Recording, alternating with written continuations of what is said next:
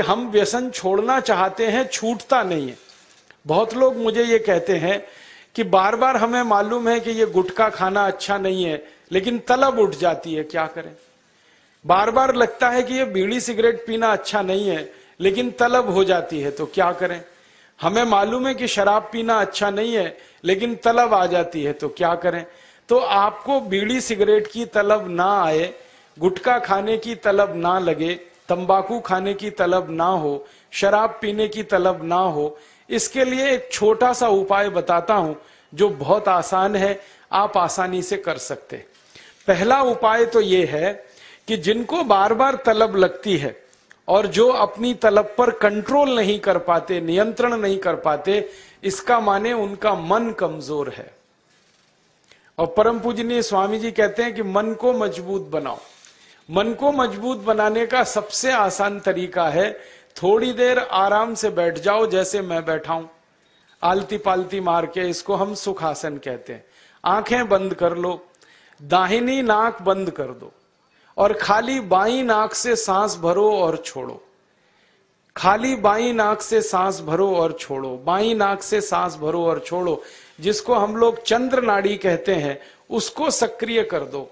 जितनी ज्यादा सक्रियता आपके चंद्र नाड़ी की होती जाएगी, मन की शक्ति आपकी अपने आप बढ़ती चली जाएगी और आप इतने संकल्पवान हो जाएंगे जो आसानी से कोई भी बात ठान लेंगे तो उसको बहुत आसानी से कर डालेंगे। ये एक तरीका है, बहुत आसान है, ये भी प्राणायाम का ही तरीका है।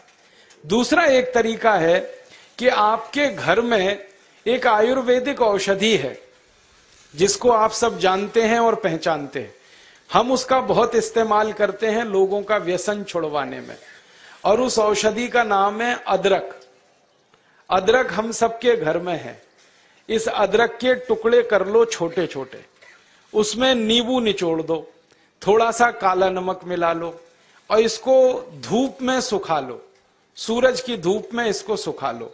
सूखने के बाद जब इसका पूरा पानी खत्म हो जाए, ये अदरक के टुकड़े हमेशा अपनी जेब में डाल के रखो। जब भी दिल करे कि तंबाकू खानी है, गुटखा खाना है, बीड़ी सिगरेट पीनी है, तो आप एक अदरक का टुकड़ा निकालो, मुंह में डालो, उसका चूसने का काम शुरू कर दो। और ये अदरक ऐसी अद्भुत चीज है, इसको दांत से काटो मत, तो सवेरे से शाम तक ये मुंह में आपके सुरक्षित रहता है। इसको चूसते रहो, आपको गुटखा खाने की याद ही नहीं आएगी, आपको बीड़ी सिगरेट पीने की तलब ही नहीं आएगी और दारू की तलब भी छूट जाएगी। बहुत आसान है, कुछ भी मुश्किल नहीं है। फिर से बता देता हूं, अदरक ले लो, छोटे टुकड़े कर लो, नींबू निचोड़ लो, फिर उसमें काला नमक मिला लो, धूप में सुखा लो। सुखाने के बाद वो तैयार हो गया। तैयार होके इसको जेब में रखो, पुड़िया बना के रखो, डिब्बी में रखो, जैसे भी है जेब में रखो। जब दिल में तलब उठे, बीड़ी पीना, सिगरेट पीना, दारू पीना, गुटखा खाना, एक गुटखा माने एक टुकड़ा इस अदरक का निकाल के जीभ पे रखो, चूसना शुरू कर दो। जैसे ही वो रस आपके लार में घुलना शुरू हो जाएगा, आप देखना इसका चमत्कारिक असर होगा। आपको फिर गुटखा, बीड़ी, सिगरेट, तंबाकू, दारू याद ही नहीं रहेगी। सवेरे से शाम तक चूसते रहो, और जो 2, 4, 10 दिन, 15 दिन, 20 दिन लगातार कर लिया तो हमेशा के लिए व्यसन आपका छूट जाएगा। आप बोलेंगे ये अदरक में ऐसी क्या चीज है? ये अदरक में एक रासायनिक तत्व है जिसको हम रसायन शास्त्र की भाषा में, केमिस्ट्री में कहते हैं सल्फर। अदरक में सल्फर बहुत अधिक मात्रा में है। जब हम अदरक चूसते हैं तो वो सल्फर है जो अदरक का निकल के हमारी लार के साथ मिलके अंदर जाने लगता है। और ये सल्फर जब खून में घुलने लगता है तो ये सल्फर कुछ ऐसे शरीर में हार्मोन्स को, कुछ ऐसे अंदर अंतःस्रावी ग्रंथियों को सक्रिय कर देता है जो व्यसन नहीं करने के लिए आदमी को प्रेरित करती है। जो विज्ञान की रिसर्च है आज तक सारी दुनिया में, वो ये कहती है कि कोई भी आदमी व्यसन के अधीन जब जाता है तब जब सल्फर की मात्रा उसके शरीर में बहुत कम हो जाती है, तो उसको बार बार तलब लगती है, बीड़ी की, सिगरेट की, गुटखे की, तंबाकू की। तो सल्फर की मात्रा आप पूरी कर दो बाहर से, ये तलब खत्म हो जाती है। इसका मैंने हजारों लोगों पर परीक्षण किया है और बहुत अच्छे सुखद परिणाम है। बड़ी आसानी से बिना किसी खर्चे के शराब छूट जाती है, बीड़ी सिगरेट गुटखा आदि आदि सब छूट जाता है। तो आप इसका उपयोग कर लो। और इसका एक दूसरे उपयोग का तरीका बताता हूं। अदरक के रूप में सल्फर हमारे प्रकृति ने हमको भरपूर मात्रा में दिया है, बहुत सस्ता है। इसी सल्फर को होम्योपैथी की दवा के दुकान पे भी आप प्राप्त कर सकते हैं। आप कोई भी होम्योपैथी दवा की दुकान पे चले जाओ और उस दवा बेचने वाले विक्रेता से ये कहो कि मुझे सल्फर नाम की दवा दे दो, वो दे देगा आपको, एक छोटी सी शीशी में भर के दे देगा। और सल्फर नाम की दवा होम्योपैथी में पानी के रूप में आती है, प्रवाही रूप में आती है, जिसको हम लोग डाइल्यूशन कहते हैं अंग्रेजी में। तो ये पानी जैसी आएगी, दिखने में ऐसा ही लगेगा कि जैसे ये पानी है। वो दवा एक छोटी शीशी में ले लो। 5 मिलीलीटर दवा की शीशी 5 रुपए में आती है और उस दवा का 1 बूंद जीभ पे डाल लो, सवेरे सवेरे खाली पेट, फिर अगले दिन और 1 बूंद डाल लो सवेरे सवेरे खाली पेट, और तीसरे दिन 1 बूंद डाल लो सवेरे सवेरे खाली पेट। बस 3 बार अगर आपने 1-1 बूंद डाल ली तो 50 से 60% लोगों की दारू बीड़ी सिगरेट तो 3 खुराक में ही छूट जाती। और जो ज्यादा पियक्कड़ हैं, हाँ ऐसे भी है ना जिनकी शाम बिना पिए गुजरती ही नहीं, उसके बिना तो उनका काम चलता ही नहीं, तो उनको ये निवेदन है कि ये सल्फर नाम की दवा को हर हफ्ते 1 बार ले लिया करें। आज ले लिया, 5-6 दिन बाद फिर ले लिया, फिर 5-7 दिन बाद ले लिया। हफ्ते में 1-1 बार लेते जाएं तो 1.5-2 महीने में बड़े बड़े पियक्कड़ों की दारू छूट जाती है। मैंने ऐसे ऐसे लोगों की दारू छुड़वाई है जो सवेरे सोकर उठने से पीना शुरू करते थे और रात तक सोने तक पीते रहते थे, उनकी भी दारू छूट गई है। बस इतना ही है कि 2-3 महीने का समय लगा है। तो ये सल्फर दवा अदरक में भी है, बाजार में मिलती है, होम्योपैथी की दुकान पे। अब इस दवा को जब आप खरीदोगे तो दुकानदार आपसे एक सवाल पूछेगा, वो पूछेगा कितनी ताकत की दवा दूं, कितनी पोटेंसी की दवा दूं। तो जब आप लेना इस सल्फर को तो उस दुकानदार से कह देना 200 ताकत की दे दो, 200 पोटेंसी की दे दो। सल्फर 200, यही उसका पूरा नाम है। 200 संख्या है, सल्फर दवा का नाम। तो ये सामान्य रूप से बीड़ी सिगरेट शराब दारू वगैरह वगैरह के लिए काफी है। और जो ज्यादा पीने वाले हैं, बहुत ज्यादा जिनकी दारू है, तो उनके लिए यही सल्फर की 1000 ताकत की दवा ले लेना, 1000 पोटेंसी की। तो सल्फर 200 और सल्फर 1000। और अगर आप सब ग्राम रक्षा समिति की तरफ से एक बोतल खरीद लो, इसकी बहुत सस्ती आती है। ऐसे खरीदोगे तो 5 रुपए में 5 मिलीलीटर है, और बड़ी बोतल खरीद लो 250 मिलीलीटर की या 450 मिलीलीटर की, वो 150-200 रुपए की आती है। और एक बोतल सल्फर दवा में 10,000 लोगों की शराब आसानी से छूट जाती है, मात्र एक बोतल में। और वो बोतल कितने की है? 250-250 रुपए की, और 10,000 लोगों के लिए वो काम आ जाती है।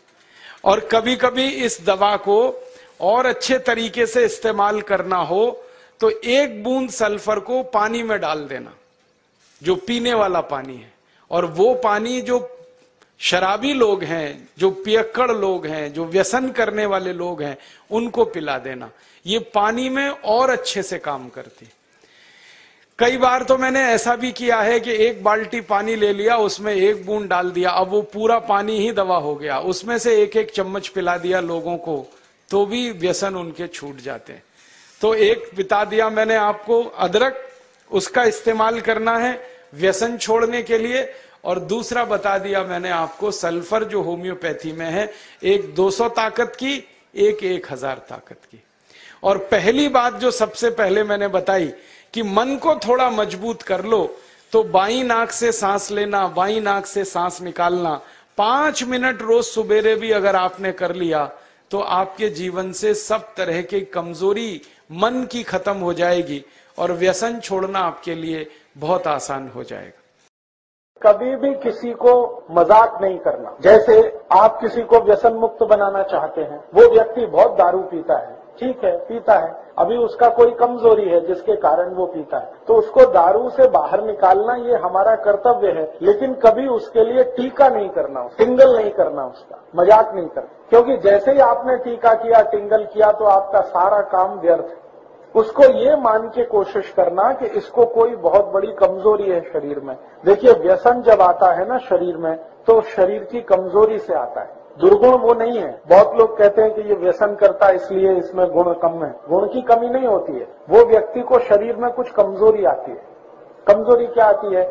सभी व्यक्ति के शरीर में कुछ रसायन होते हैं, कुछ धातुएं होती हैं, उनमें से कोई एक दो रसायन कम हो गए, कोई एक दो धातुएं कम हो गई, तो व्यक्ति दारू पीना शुरू कर देगा, बीड़ी पीना, सिगरेट पीना, मावा खाना शुरू कर देगा। वो सामान्य रूप से मैंने जो शोध किया है वो ये कि सभी दारू पीने वाले लोगों के शरीर में एक केमिकल, एक रसायन की बहुत कमी आ जाती है। वो रसायन का नाम है सल्फर। हिंदी और मराठी में कहते हैं गंधक, अंग्रेजी में कहते हैं सल्फर। हमारे शरीर में 16 तरह की धातुएं और रसायन हैं। कैल्शियम है, पोटेशियम है, मैग्नीशियम है, सोडियम है, सल्फर है, आयरन है, सिलिकॉन है, कोबाल्ट है, ऐसी 16 धातुएं और रसायन होते हैं। इनमें से कोई एक धातु या एक रसायन कम हुआ और दूसरा जास्ती हुआ तो व्यसन की स्थिति बनती है। लोग जब व्यसन शुरू करते हैं ना, तो हर बार ऐसा नहीं होता कि मजे में करते हैं, मौज में करते हैं, ऐसा हमेशा नहीं होता। अगर 19 वर्ष की उम्र के पहले कोई व्यक्ति व्यसन शुरू करता है तो मान सकते हैं कि वो मजे के लिए कर रहा है। उसके बाद की उम्र का कोई व्यक्ति अगर व्यसन शुरू करता है तो जानने की कोशिश करो, कोई एक रसायन शरीर में बहुत कम होगा, और जब तक उस रसायन की पूर्ति नहीं होगी तब तक वो व्यसन मुक्त भी नहीं हो। उसमें होगा क्या? शुरू में आपने उसको समझाया, 1-2 दिवस समझ गया, फिर कोई दिन चुपके से जाके पी के आएगा, आपको बताएगा भी नहीं, और फिर आपको पता चला, आप बोलोगे यार तुमने फिर पी लिया, तो उसने कहा क्या करूं, मन नहीं मानता, शरीर नहीं मानता।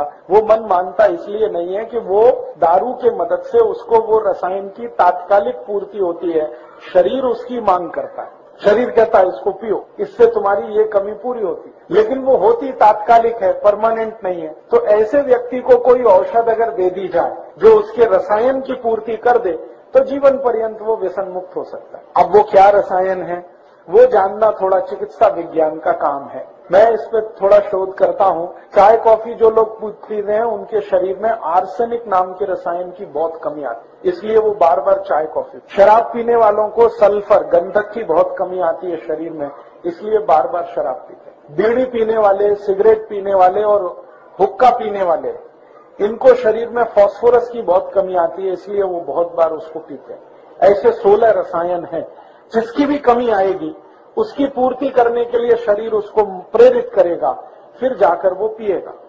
तो ऐसी परिस्थिति है।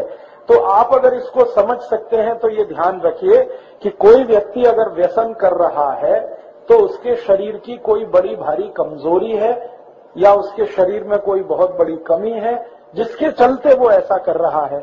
कमी दूर हो जाए तो वो नहीं करेगा। तो इसलिए मैंने आपसे कहा कि कभी भी आप किसी भी व्यक्ति की जो इस तरह के व्यसन में फंसा हुआ है, टीका नहीं करना, मजाक नहीं करना, हंसी खिल्ली नहीं करना उसकी, क्योंकि वो उसकी कोई बड़ी कमजोरी है। वो जानबूझ के कई बार ऐसा नहीं करता है, कोई बड़ी कमजोरी के तहत करता है। तो भारत में 23 लाख संत हैं, 23 लाख इस देश में संत हैं। 23 लाख से भी जास्ती हैं, 23,80,000 और कुछ 100 में भी होंगे। ये सरकार के आंकड़े हैं। इतने साधु संत हैं, महात्मा हैं, और 107 कोटि का भारत है। अगर ये कर लेते तो भारत में इतना भ्रष्टाचार, इतना अनाचार, इतनी व्यसन क्यों होती? तो साधु संत दूसरे को नहीं सुधारते, वो अपनी सेवा कराते। उनको अहंकार इस बात का है कि वो समाज को सुधारना कर रहे हैं, वो कोई समाज को सुधारना नहीं करते। ये बात मैंने बहुत बड़े बड़े संतों को कही है उनके मुंह पर कि आप तो अपनी सेवा करा रहे हैं, आपको अहंकार है कि आप समाज के लिए कर रहे हैं। समाज आपके लिए कर रहा है, आप समाज के लिए कुछ नहीं कर। तो आप में से किसी को साधु होने का नहीं है, ध्यान रखना। इस संत भी होने का नहीं है, संत और साधु कहलाने की भी जरूरत नहीं है। हम सामाजिक कार्यकर्ता हैं और हमारा स्थान बहुत ऊंचा है, क्योंकि हम समाज में रहते हुए कोशिश कर रहे हैं समाज को मदद करने की।